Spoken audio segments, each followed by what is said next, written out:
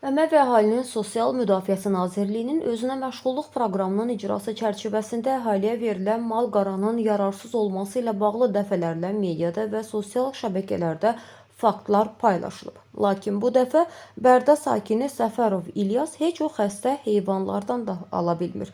Çünki artıq illərdir ki, idarədə vətəndaşın növbəsini itirdiklərindən Səfərova sıra gəlib çıxmır.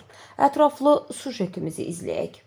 Hörmətli Xəbər TV kanalına müraciətim sizədir. Sizdən xahiş edirəm bu videonu yayımlayasınız. Mən Bərdə rayon sakini Səfərov İlyas Məmmədoğlu. Özüm onkoloji xəstəyəm, əliləm.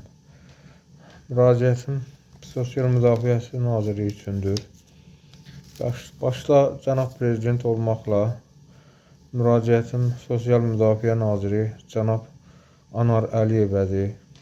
Cənab Nazir, mən özüm Bərdə rayon sakini Səfərov İlyas Məmmədoğlu. Özüm bir neçə illər bundan əvvəl özümə məşğulluq layihəsi ilə heyvandarlıq üçün müraciət eləmişdim. Lakin növbəm itmişdi orada. Mən növbə yenidən müraciət elədim. Sağ olun, keçmiş nazir də, siz də. Ötən ilin sentyabr ayında mən hal-hazırda kursdan keçmişəm. Artıq neçə aylardır gözləyirəm heyvandarlıqla təmin olunmağımı. Lakin heç bir xəbər yoxdur. Sizdən xahiş edirəm ki, mənim bu tək öhdəliyimdə kiçik uşaq var. Bir oğlum var, hərbi xidmətdədir. Ön cəbhədə xidmət edir, cəbhənin önündə. Xahiş edirəm sizdən ki, Cənab Prezident başda olmaqla, Cənab Nazir, Cənab Anar Əliyev, sizdən xahiş edirəm ki, mart ayında, mümkünsə mart bayramına kimi mənim gözlədiyim, heyvandarlıqla, növbədə olduğum heyvandarlıqla təmin edəsiniz. Oğlum hərbi xidmətdən gələnə kimi, heç olmasa biraz köməklik olsun. Allah sizi qar qorusun. Sizdən bir daha xahiş edirəm. Mən onkoloji əlilliyimi nəzərə alasınız. Mən eşitdiyimə görə orada əlillər üçün növbədən kənar da var.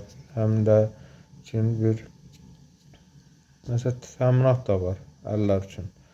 Sizdən xahiş edirəm ki, bu işləri nəzərə alasınız, mənə köməklik eləyəsiniz. Mən heyvandarlıqla təmin eləyəsiniz. Əlaqə nömrəm üçün 050 891 49 77 Bərdə rayon sakini. Sağ olun, Allah köməyiniz olsun bu Ramazan ayında hər kəsin. Ümid edirik ki, yeni təyin olunan nazir vətəndaşların şikayətlərini diqqətdə saxlayıb problemlərinin həllinə çalışacaq. Səsləndirilən iddialarla bağlı bütün maraqlı tərəflərin mövqeyini işıqlandırmağa hazırıq.